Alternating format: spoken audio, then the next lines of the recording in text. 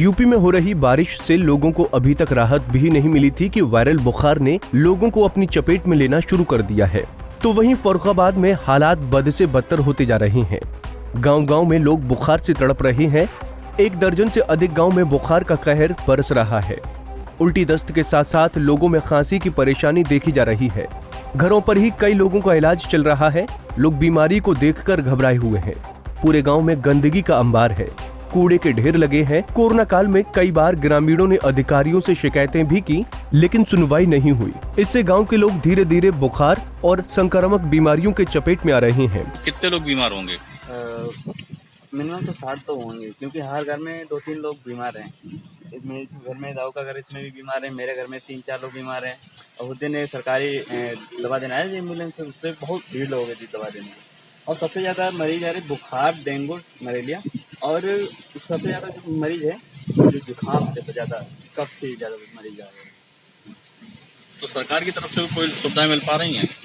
एक दिन आए थे, वही एक सुविधा थी। एक दिन आए तो वो भगा ले गए, 2-4 लोग दवा दी, भगा ले गए। मतलब खाना पूर्ति करके चले गए?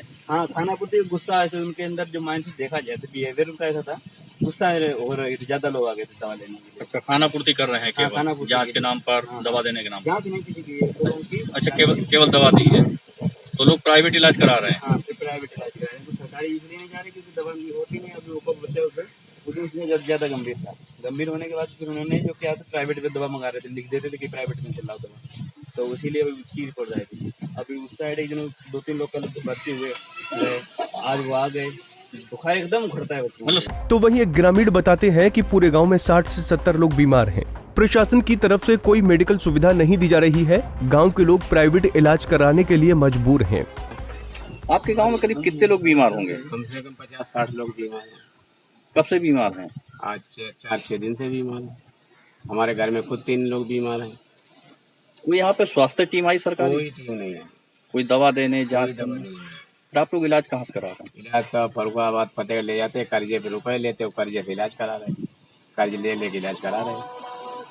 आपके गांव में सफाई व्यवस्था क्या है? सफाई तो फिलहाल में नाली वाली दवा छिड़क गए प्रधान तरफ से, और आगे सफाई कर्मी कोई आता नाली वाली सफाई करने? ये सब सफाई तो कल आया था, लेकिन अभी सफाई नहीं हुई। वो बेचारा आया लेकिन सफाई नहीं हुई। सफाई नहीं हुई। आपको बता दें कि गांव की आबादी 2000 से अधिक है। गंगा किनारे बसे इस गांव में सफाई व्यवस्था चौपट है। गांव की हर गली नुक्कड़ पर कूड़े के ढेर लगे हैं।